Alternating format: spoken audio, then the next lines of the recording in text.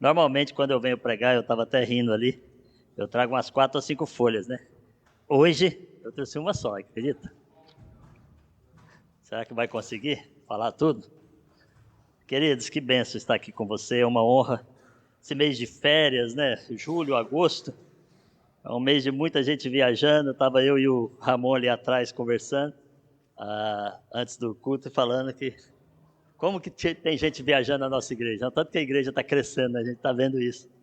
E é sinal que Deus está prosperando os irmãos, né? Isso é muito gostoso. Então, se você tá no lugar certo, se você está aqui pela primeira, pela segunda, terceira vez, seja bem-vindo. Se não tiver uma casa para você adorar a Deus, buscar a Deus, você está na casa certa. Pelo menos aqui é uma família que ama e que adora o Senhor Jesus. E a nossa prioridade, Deus é a nossa prioridade. Família é a nossa essência, ok? Depois, se você quiser saber os 10 valores da nossa igreja, quando você sair do lado esquerdo tem um cartaz com os valores da igreja. E tudo que estamos vivendo nesses valores, se você vê que a gente não está vivendo, fala comigo, porque ali é a coluna vertebral da nossa igreja. Amém, queridos? Te dou a liberdade de falar comigo. Amo vocês. Uma honra, um privilégio estar aqui.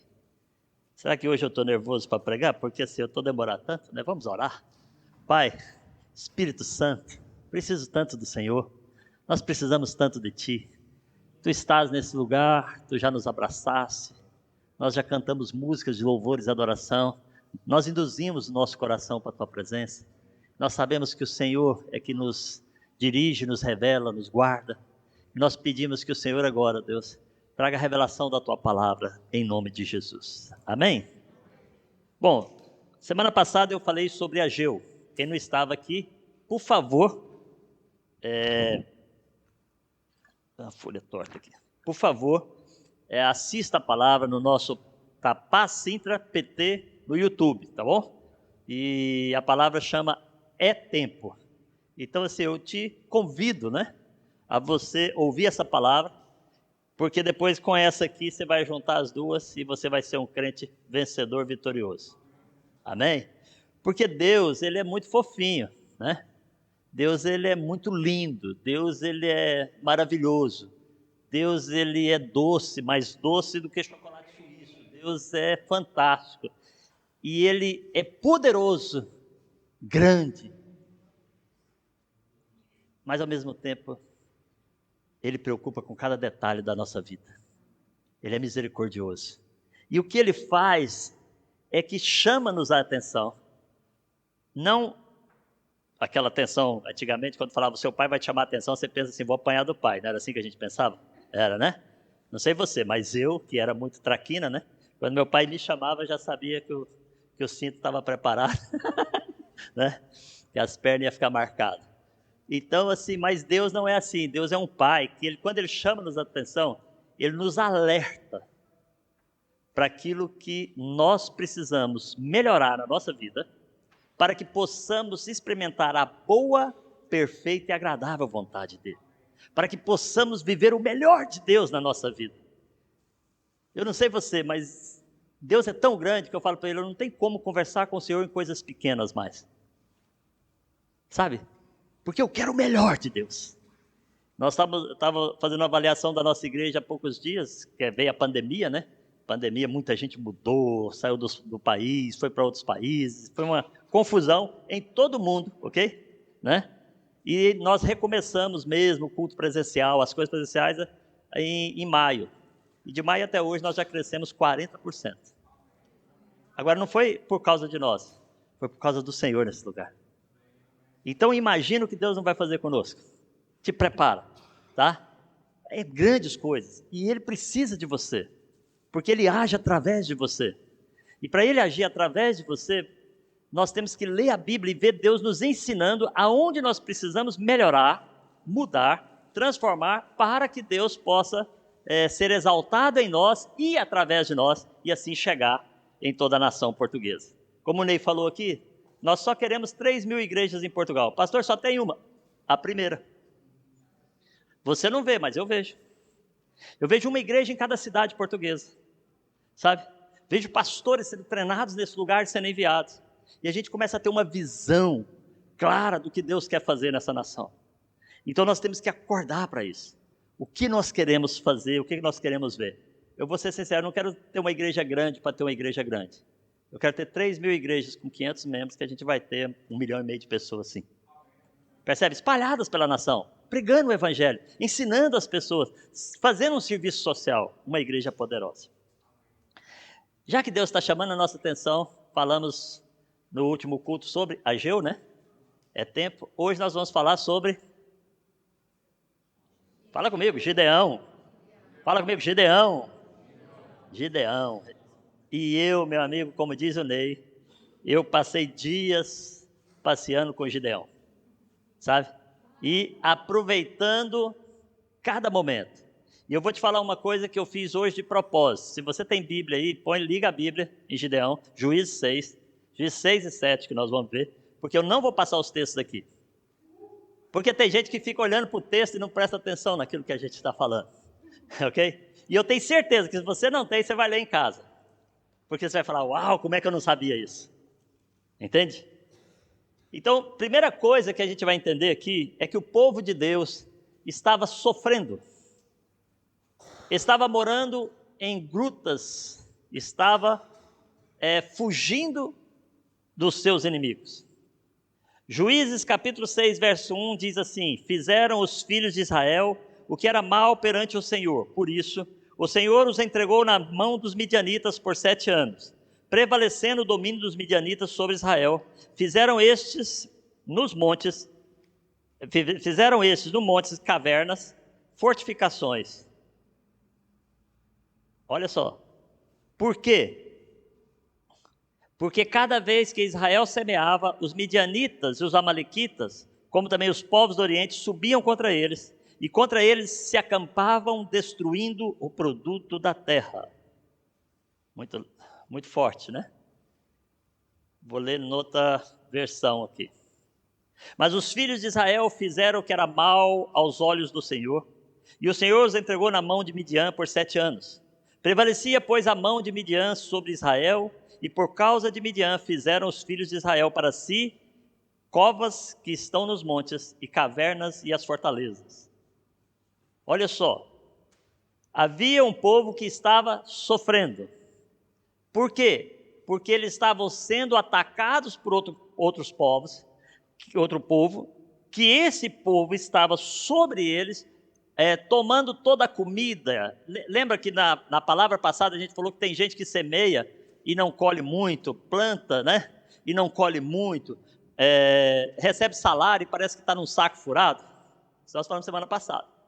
Então, esse povo aqui estava vivendo fugido, escondido em cavernas. O povo escolhido de Deus estava escondido em cavernas. Já não tinham mais casas, tinham que morar, sabe, nos buracos, nas covas que eles faziam nas montanhas. Para comer, eles tinham que comer e proteger e esconder a sua comida. Então, por que o povo de Deus estava sofrendo? A resposta está logo no verso 1.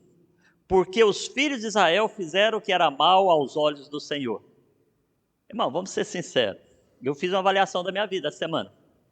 E eu descobri que todo dia eu erro. Quem não erra aqui de jeito nenhum? Vai subir antes do arrebatamento. Ok? Porque todos nós erramos, todos nós temos falhas.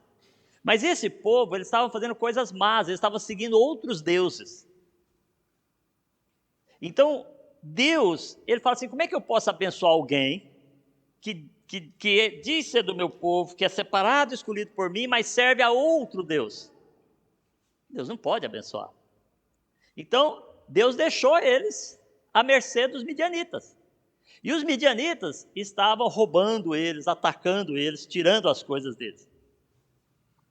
Mas aí, a Bíblia diz que esse povo clamou ao Senhor. É muito interessante. No finalzinho do verso 6, diz assim, então os filhos de Israel clamavam ao Senhor.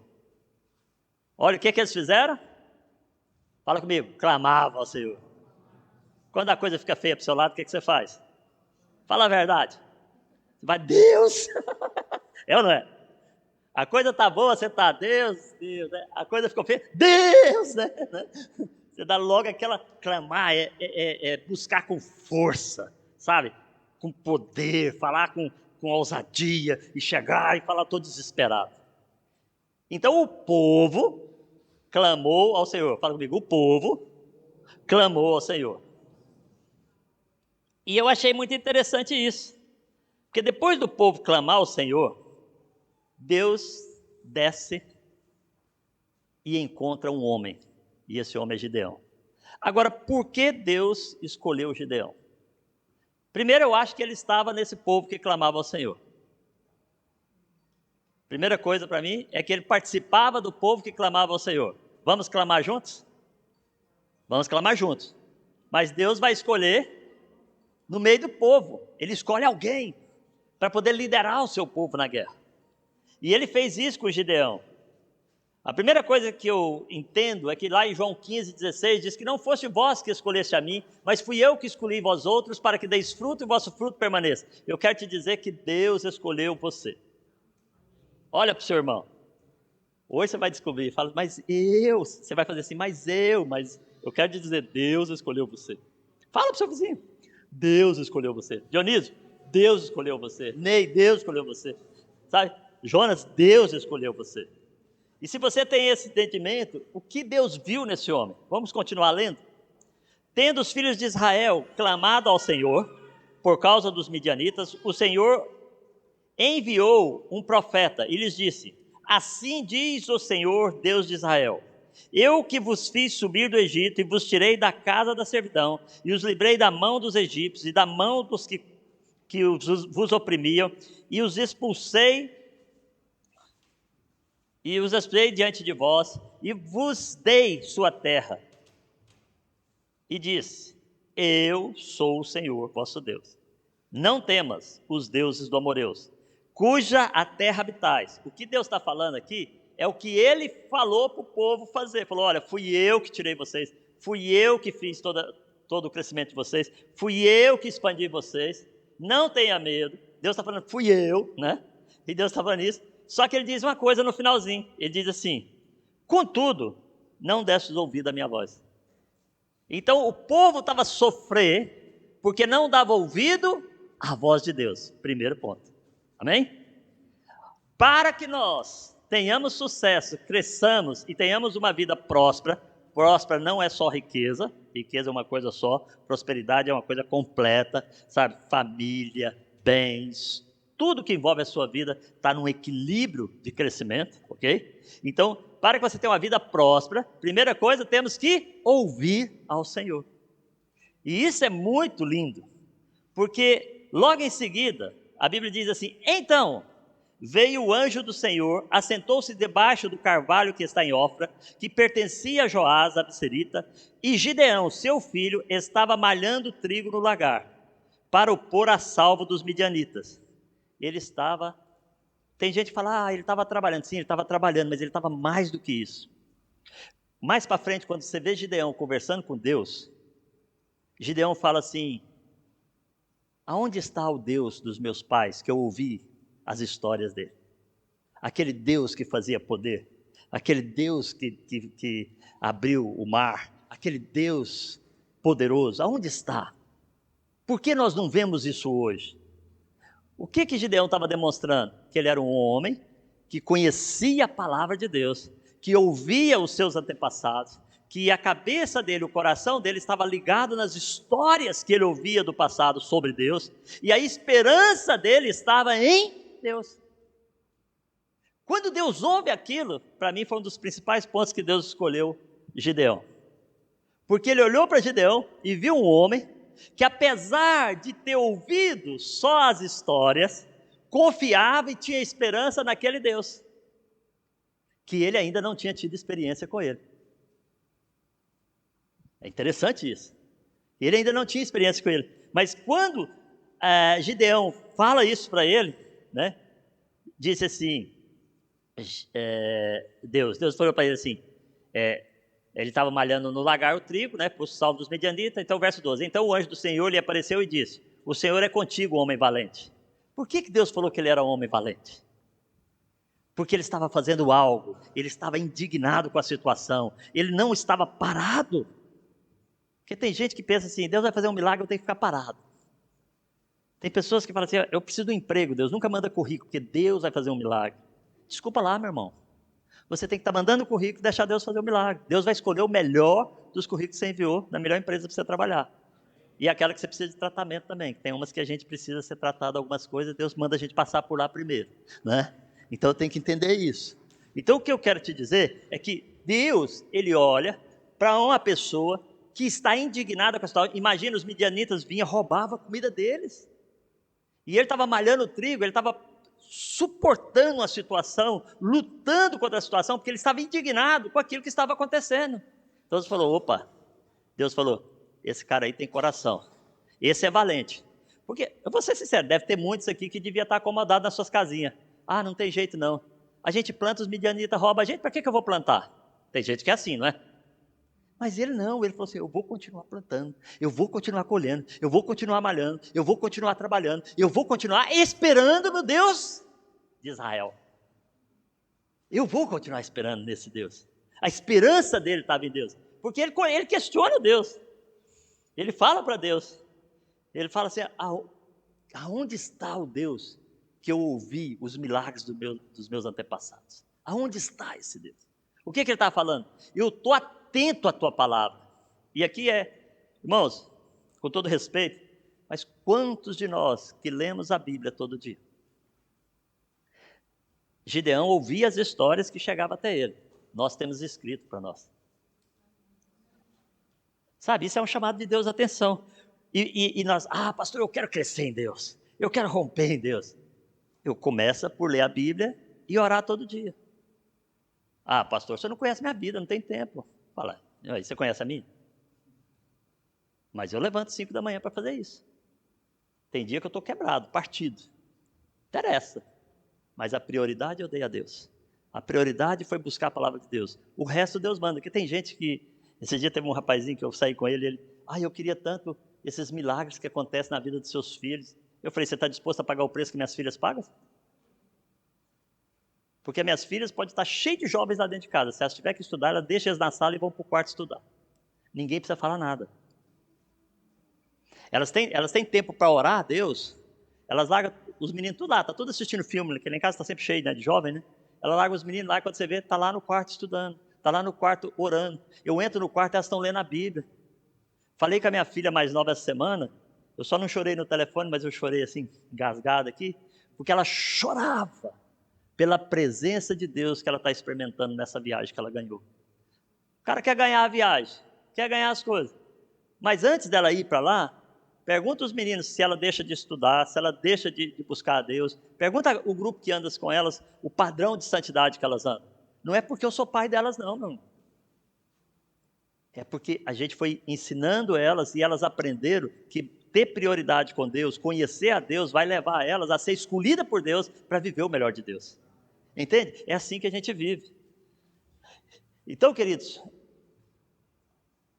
Deus viu um homem que sabia a palavra, vinda dos seus antepassados, isso é forte, que ele estava tentando fazer alguma coisa para salvar algum.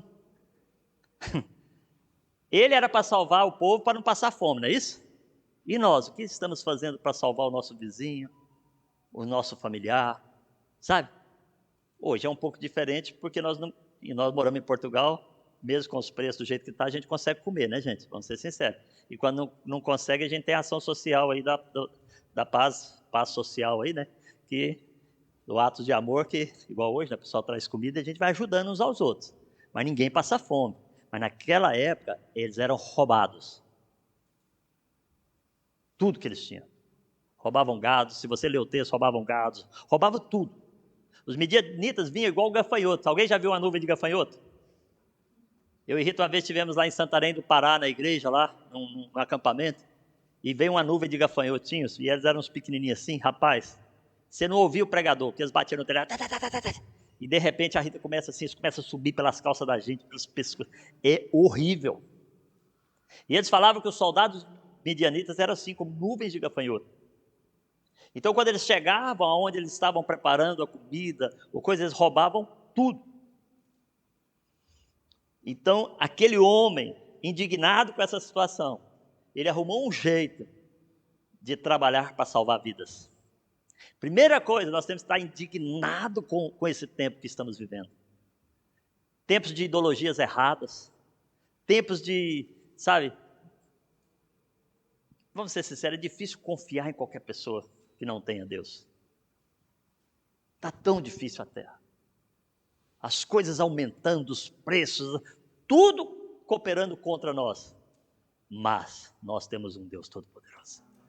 E Ele diz que aqueles que o buscam, todas as coisas que necessitais, Ele supre as suas necessidades. Está lá em Mateus 6. Então é muito interessante, Deus olhou e viu um homem humilde. Esse homem, quando ele viu o Senhor, aqui no verso 14, então virou o Senhor e diz: vai nessa tua força, livra Israel da mão dos midianitas, porventura não te enviei eu? Deus estava falando: vai tu, faz. Ele falou: mas eu sou o menor da minha tribo, a minha tribo é tão pequena, é a menor tribo, como é que eu posso fazer isso, Deus? Você não faz pergunta para Deus não, quando Ele manda você evangelizar seu vizinho? E conversar com a pessoa que você não conhece e pregar o evangelho? Ou pior ainda, que é o que a pessoa mais sente, é ir diante de uma pessoa que ela tem um status social muito alto e você poder falar. Sabe? E esse homem, Gideão, Deus falou para ele: vai na tua força. Aí Gideão falou: mas que força tenho eu? Mas não é porque Gideão não era inteligente, não era um homem trabalhador. É porque ele entendia que a força vem do Senhor. A força vem do Senhor, vem do Senhor. Eu busco no Senhor. Deus escolheu ele porque ele entendia que não dependia dele, mas dependia do Senhor. Ele só tinha que obedecer ao Senhor. E ele faz uma coisa muito interessante, porque até aí, ele estava conversando com o anjo, ele percebeu que era Deus falando com ele, mas é a primeira experiência dele com Deus. Então o que ele faz? Ele fala assim: já sei, segundo a palavra que eu ouvi no passado, dos meus antepassados, vou oferecer uma oferenda a Deus. É interessante isso, que a primeira coisa que ele tem de reação ao encontro que ele tem com Deus, ele fez uma oferenda a Deus. Está aqui no verso 19. Então Gideão preparou um cabrito, bolos asmos de uma efa de farinha, carne, pôs no cesto e o caldo numa panela, trouxe-lhe até debaixo do carvalho e lhe apresentou. Agora entende, olha como é que ele descobriu que Deus estava ali. Porque o anjo pegou tudo, falou para ele: bota aqui em cima da pedra. E Deus veio e aceitou a oferenda dele. A primeira coisa para nós mudarmos é nós aprendermos a ouvir Deus, ouvir a sua palavra e mostrar que tudo nosso é de Deus e pertence a Deus.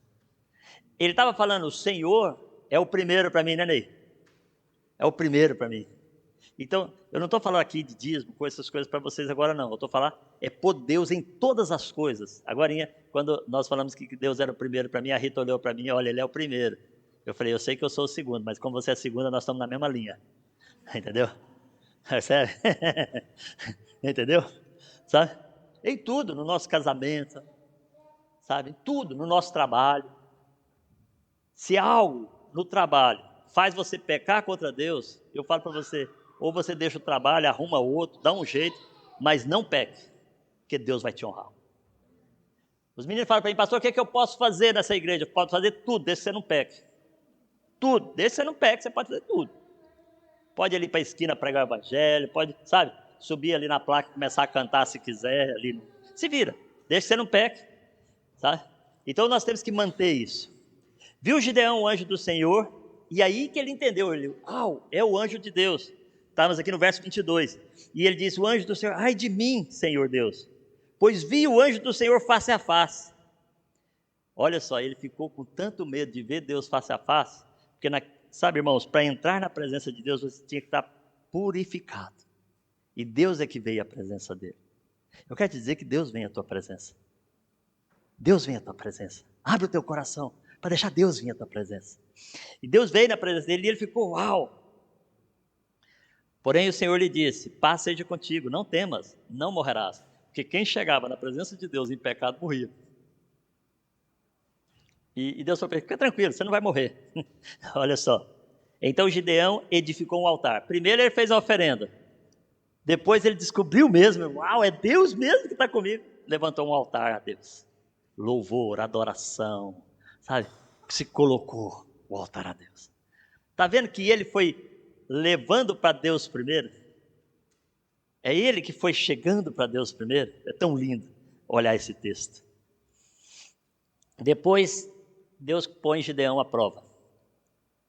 No verso 25, Deus mandou Gideão, deu um teste para ele, que é para ele destruir os altares de Baal que existia naquela cidade. E aqui, irmãos, nós temos que ter muita sabedoria. Porque destruir o altar não é a gente sair quebrando tudo quanto é boneco que vem na frente, não. Primeiro tem que destruir os altares no nosso coração. Será que a bike, né, eu e o Ailton, né, gostamos de andar de bike, né? Ela está acima de Deus? O meu passeio de bike, a minha praia está acima de Deus? A minha... Sabe, o que você põe acima de Deus? São altares que você levanta. Se você vira para Deus, fala, Deus, eu vou te buscar em primeiro lugar, depois você pode ir para a praia que vai ser boa. Mas se você buscar a praia primeiro, você vai pegar um escaldão que você vai ver.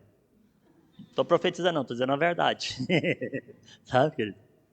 Aí você fala, ai, que escaldão. Aí depois você chega à tarde, com aquele escaldão, não vem para a igreja também. Então, prioriza Deus. E aqui em Portugal é tão bom, né? Tem praia até 9 horas da noite, então você pode priorizar Deus de manhã e depois ir para a praia. Qual o problema? Mas já teve gente que falou para mim, pastor, eu não posso, porque eu marquei com meus amigos de ir para a praia, e sabe o que eu vou fazer agora? Eu vou preparar a praia para a gente ir. Prepara depois do culto, vai ser mais divertido, né? Então, o que a gente tem que entender? A gente tem que entender que nós temos que destruir os altares que estão dentro de nós. O carro. Tem gente que o carro é prioridade. Estava contando para os meninos ali, tem muitos que são novos aqui, não conhecem, vou contar para vocês, tá bom? Muitos anos atrás, eu tinha uma senhora que ela havia na casa dela um life group. E esse life group era frutífero, crescia, né? Prosperava. E de repente, Deus começou a abençoar ela. Ela passou hora para Deus abençoar. Uma senhora simples, né? Tinha o seu saláriozinho, mas a coisa era muito apertada a vida dela. E de repente Deus começou a dar para ela móveis novos. E ela comprou móveis de mogno, irmãos. E a casinha dela estava toda bonitinha, arrumadinha. Mas os irmãos começaram a me ligar e falar assim, pastor, a gente está indo para o live, está muito estranho. Por quê? Porque a irmã começou a pôr plástico no sofá, plástico em cima dos móveis, plástico, sabe?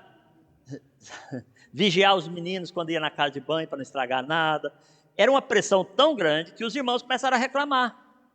Então, logicamente, eu fui visitar a irmã. E fui lá porque ela falou assim, senhor, vem aqui abençoar a minha casa. Eu falei, olha que coisa linda. Entrei na casa dela. Deus te deu esses móveis. Deus é fantástico. Deus é poderoso. Deus é lindo. Deus é fofinho. Cuida bem de você. E ela está toda empolgada. Eu falei assim, então eu vou orar. Posso orar? Ela pode. E o Senhor manda cupim do céu para destruir esses móveis. Porque desde que ela comprou esses móveis, ela parou de servir ao Senhor. Alguém quer me chamar para orar em casa? Né? Percebe, irmão? Mas foi. Aí ela mudou, porque assim, Deus te dá um carro novo, você deixa de dar boleia para os irmãos porque vai estragar o banco? Cuidado que funde o motor. Percebe? Sabe, irmão? Porque não é porque Deus é mau. Sabe o que é? É porque você muda o propósito de vida. Então esse povo aqui, eles estavam sofrendo por causa disso, eles mudaram. Eles tiraram, puseram outro Deus no lugar deles. E Deus fala para Gideão, Gideão, vamos destruir esses deuses. Agora Gideão foi sábio. Se ele fosse de dia, ele ia enfrentar toda a cidade para destruir os altares que eram, né, na cidade. Então o que ele fez? Ele foi de noite, pegou a juntinha de boi, né, e mais uns 10 homens e destruíram tudo. Ele foi sábio. Mas a Rita estava falando sobre isso. Tem pessoas que você não consegue mudar o mundo totalmente, mas você consegue influenciar o mundo e fazer diferença. A mesma escola que o seu filho frequenta, minhas filhas frequentam. Ok? E frequentaram. Os mesmos ensinos estão lá. Esses dias tinha um senhor, nós estamos orando por ele, porque ele teve a ousadia de enfrentar o governo para os filhos não fazerem certos tipos de aula, né? E aí o que aconteceu? Eu mais a Rita fomos conversar, falou, mas ele não foi sábio. Porque se ele tivesse ensinado os filhos, sabe, o que Deus ensina na palavra primeiro, ensinar as coisas como deve ser, os filhos iam ter referência no que o pai ensina e não nos que os professores ensinam. Eu e Rita fizemos isso com as nossas filhas. Quando começou essa onda de ensinar sobre sexo na escola, nós pegamos os livros, a Rita sentou com as meninas, mostrou o que Deus dizia sobre cada coisa, ensinou os termos técnicos de cada nome. E as minhas filhas nunca tiveram problema com ideologia e com essas coisas. Nós temos que chegar primeiro, mas ele não, ele foi enfrentar de peito aberto. Gideão foi inteligente, Gideão não enfrentou de peito aberto. Ele não chegou lá, Deus mandou, e agora como Deus mandou eu vou fazer. Não. Porque tem gente que é assim, né? Deus mandou, ele passa por cima do pastor, do líder de célula, tudo. Calma, meu irmão, Deus mandou, mas há um princípio de autoridade e submissão que faz com que Deus leve a coisa a funcionar. E aí, né? Gideão fez o quê? Foi de noite, destruiu tudo. Quando vieram querer matar ele, o pai dele falou, então se esse Deus aí é tão importante, que esse Deus defenda ele próprio. E como Deus era de pau e pedra, né? Não serviu para nada.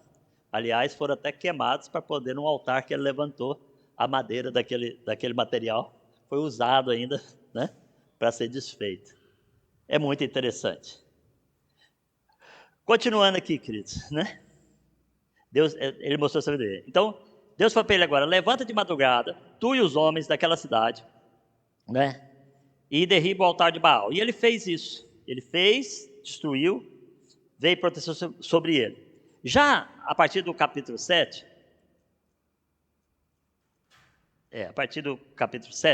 né? Gideão levantou-se de madrugada e todo o povo que estava com ele e acamparam à fonte de Arode. Aqui começa Deus fazer uma coisa, porque Gideão foi humilde e obedeceu a Deus. Humildade é saber obedecer no momento certo. Humildade é a capacidade de reconhecer as suas limitações. Quando Deus fala com ele, ele reconhece as suas limitações, reconhece as suas fragilidades, ele questiona Deus, mas ele decide confiar em Deus e ele obedece a Deus para destruir aqueles altares. Ele estava fazendo algo que ele podia ser morto pelo povo da cidade. Olha o nível que chegou. Mas ele, ao ter um encontro com Deus, ele obedeceu em fazer tudo que Deus mandou, ok? Da forma correta, né? E aí o que acontece aqui? Ele toca a buzina e ajunta a tropa para guerrear com os midianitas. Quando ele toca a buzina, que é o chamariz para poder reunir o povo vem e chegaram 32 mil soldados para ajudar ele. Legal, né? 32 mil soldados. E eu acho que Gideão pensou assim, poxa, agora a gente dá conta de enfrentar esses caras, esses midianitas. Acho que ele pôs assim no coração dele, né? Aí Deus falou, Gideão, vamos ter uma conversinha. Todos que tiver com medo, manda para casa. Todos aqueles que tiver com medo de ir para a guerra, deixa eles ir para casa. E foram 22 mil para casa. E foram para casa. Aí Deus falou, Gideão, ainda é muita gente para estar contigo. Manda eles beber água ali naquele poço ali. Todos aqueles que beberam água como cão, lambendo, Deus falou, esses você manda para casa. Todos aqueles que beberam água assim, você fica com eles. Interessante. Esses que bebem água assim, porque eles estão prestando atenção no que está acontecendo. O que lambe assim, não vê nada e pode já ser atacado e morrer. Então ele falou, você vai pegar esses. Quem sabe quantos que sobraram? 300. Que legal, Deus, né? Agora Deus fala por quê? Fala, sabe por quê? Porque eu não quero que vocês ganhem a guerra pensando que foi vocês. Quem vai vencer essa batalha para vocês sou eu. É Deus que entra na sua batalha para vencer a sua batalha. É Deus que entra na guerra por você. É Deus que vence por você. E ele fala, então, vai com esses 300. Agora, eu estava estudando umas estratégias de guerra, eu achei muito interessante. Porque naquela época, quando se tocava o chofar, né? Ou a buzina para os guerreiros, e estava na guerra, tocava era sinal que era um grupo muito grande de pessoas lutando atrás de uma buzina, não é isso? Deus pegou 300 buzinas, né? 300 cantos, pôs eles em posição estratégica, e Gideão falou para eles, quando eu gritar que é por Deus e por Gideão, vocês quebram as botias, toca a buzina. O que aqueles soldados entenderam quando ele tocou a buzina? Que eram milhares vindo atrás deles. Interessante isso, né? Ó, perna para quem te quer. Já que é para morrer, vou fugir. Só que o que aconteceu muito interessante nisso aqui? É que Gideão, antes um pouco, ele ainda tinha uns certos receios. Mas aí já não era Gideão que estava falando para Deus, eu sou fraco. Ele já acreditava que Deus podia fazer. E Deus fala para ele, você está com medo ainda? Pega um jovem, vai até o campo deles lá onde eles estão lá, os milhares de guerreiros. Presta atenção no que eles estão a falar. E ele pegou Purá, que era o jovem que estava com ele, e desceu até aquele acampamento. E aí ele ouviu o pessoal falar que um sonho que tiveram, que o capitão deles morria, a tenda caía sobre o capitão. E aí o que acontece? O pessoal falava, isso nada mais é do que a espada de Gideão. Quer dizer, Deus venceu aqueles milhares de pessoas simplesmente porque um homem era humilde o suficiente para reconhecer quem eu era. Mantinha o seu coração ligado à palavra dos seus antepassados. Qual é a palavra dos nossos antepassados para nós hoje? Irmãos, o livro que rege a nossa vida é esse. Tá? É esse. Então ele manteve ali, ligado totalmente, né? Nesse livro, nas promessas de Deus grande que era, ok? E ele decidiu obedecer a Deus, mas era um homem que, ao ter as primeiras experiências com Deus, o que ele aprendeu? Nos meus antepassados eles ofereciam, levantavam altares, então o que eu vou fazer? Então nós temos que entender que quando nós encontramos com Deus, quando nós precisamos vencer uma batalha, Deus começa a dar os pequenos detalhes. Primeira coisa é nós reconhecermos que Deus é Deus na nossa vida em todos os aspectos. Ele é a prioridade da nossa vida. Depois é obedecer às ordens dele, tudo vai dar certo. Ele simplesmente foi humilde para reconhecer que sem Deus ele não vencia, e ele simplesmente foi uma pessoa que obedeceu a Deus. Se você resumir a vida dele, você vai ver que ele não teve falta de fé. A fé dele baseou em ouvir os antepassados e obedecer a Deus. A fé dele se baseou em ouvir o que ele vinha ouvindo dos seus antepassados. Foi isso que Deus encontrou em Gideão, um homem de fé. A sua fé pode ser do tamanho de um grão de mostarda. Se a sua fé for sincera a Deus, Deus vai mudar qualquer circunstância da sua vida. Porque uma fé do tamanho do grão de mostarda, você pode dar ordem a um monte que ele sai de um lugar e vai para outro. Então Deus olhou para Gideão e viu um homem de fé. Sabe, eu já ouvi tantas pregações, eu ouvi várias, né? Pessoal, porque ele estava com medo. Não, ele tinha receios. Mas eu acho que ele não era nem medo. O que ele tinha mesmo era um cuidado de estar fazendo a obra sem parar para salvar pessoas, porque a proteção de comida salvava vidas de Israel. Então ele estava ali e Deus encontrou um homem que, mesmo em tempos difíceis, ele não parou de fazer a obra para salvar outras pessoas. E se a gente transportar para hoje, Deus está procurando homens e mulheres que não param, que não impeçam, que continuem fazendo a obra. E Deus vai escolher você para fazer grandes coisas. E Deus é grande. Sabe, queridos, hoje eu estou aqui, não deu nem para falar tudo, já vi que o tempo passou, a gente vai viajando no texto, é muito gostoso. Depois você vai ver que Gideão venceu a batalha, venceu os seus inimigos, né? Mas assim, o que eu quero dizer, você quer vencer na sua vida? Deus hoje está aqui convocando uma nova geração de 300. Eu vou te falar o nosso projeto. O nosso projeto é nós chegarmos a essa igreja a 300 membros. 300 soldados de Deus. E aí, nós vamos lançar pessoas para o Portugal todo. Grupos de 40, 50 pessoas que vão mudar para cidades para começar novas igrejas. Mas o nosso projeto, primeiro passo nosso, para nós atingirmos 1,5 milhão de pessoas, nosso primeiro passo é chegar aos 300 de Gideão. Eu não preguei essa palavra por isso, mas como o Neito citou isso veio muito forte no meu coração. E Deus está convocando homens e mulheres que querem fazer a diferença, que não fiquem acomodados nos seus lares. Dia de Life Group, não, estou tão cansado. Meu irmão, imagina esse homem que estava malhando trigo escondido para não ser assaltado, para levar comida escondida na casa das pessoas. Vamos ser sinceros, nós somos muito acomodados, somos ou não somos? Deus está mexendo com a gente. É tempo de mudança na nossa vida. É tempo de crescimento na nossa vida. É tempo de expandir o reino. Sabe, irmão, Jesus está voltando. E antes dele voltar, eu quero já ter uns 1 milhão de discípulos. E eu já falei para ele, não deixe eu morrer antes de eu ver um avivamento em Portugal. Não me deixe. Por favor, Deus. Sabe, queridos, Deus está... Eu queria que você fechasse os seus olhos, pensasse um pouco.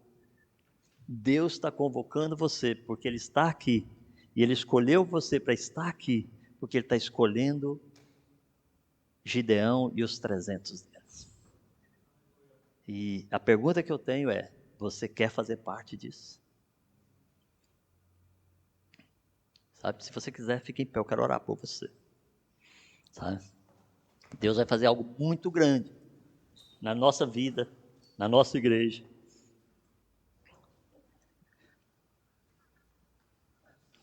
E Ele vai usar você. Ele vai usar você. Ele escolheu você. Ele escolheu você. Faça parte dessa geração que vai fazer diferença nessa nação. Pai, no nome de Jesus. Em 45 minutos é muito difícil passar todo o coração e tudo que aprendemos quando lemos a Tua palavra. Mas o que a minha expectativa é que essa semente se apegou no coração dos meus irmãos. E eles, quando chegar em casa, depois do almoço, eles vão ter o desejo de ler Juízes 6, 7, 8 e ver a vida de Gideão. E vão prestar atenção nos detalhes. E vão começar a olhar para os detalhes. E vão começar, ó Deus, a querer viver esses detalhes. Porque todos nós queremos vitória na nossa vida, em todas as áreas. Mas para isso precisamos ter postura de homens que conquistaram essa vitória. O Senhor deixou escrito para que nós pudéssemos colocar em prática e aprender com a palavra do Senhor. E eu peço, Senhor, que o Senhor venha no coração de cada um agora, em nome de Jesus. Sabe, separa eles para esse grande projeto que o Senhor tem para nós. A Pastorte, ó Deus, não é por causa da Pastorte, mas a Pastorte como igreja, ela vai chegar a todas as cidades de Portugal. Nós vamos enviar missionários. Mas para isso, Deus, nós precisamos um a um conquistar os nossos 300. Nós precisamos tocar a buzina e eles começarem a vir. E o Senhor tem enviado homens e mulheres de garra para esse lugar. Eu tenho visto que são homens e mulheres, ó Deus, que desejam, sabe, ver o Teu reino implantado nessa nação. Então, Senhor, eu abençoo eles agora. E que eles venham conosco, em nome do Senhor dos Exércitos. Sabe, Senhor, chamado por Gideão, mas chamado por nós para formarmos uma equipe de vencedores nesse lugar. Em nome de Jesus. Eu te abençoo, meu irmão. Por favor, pense nisso. Amém?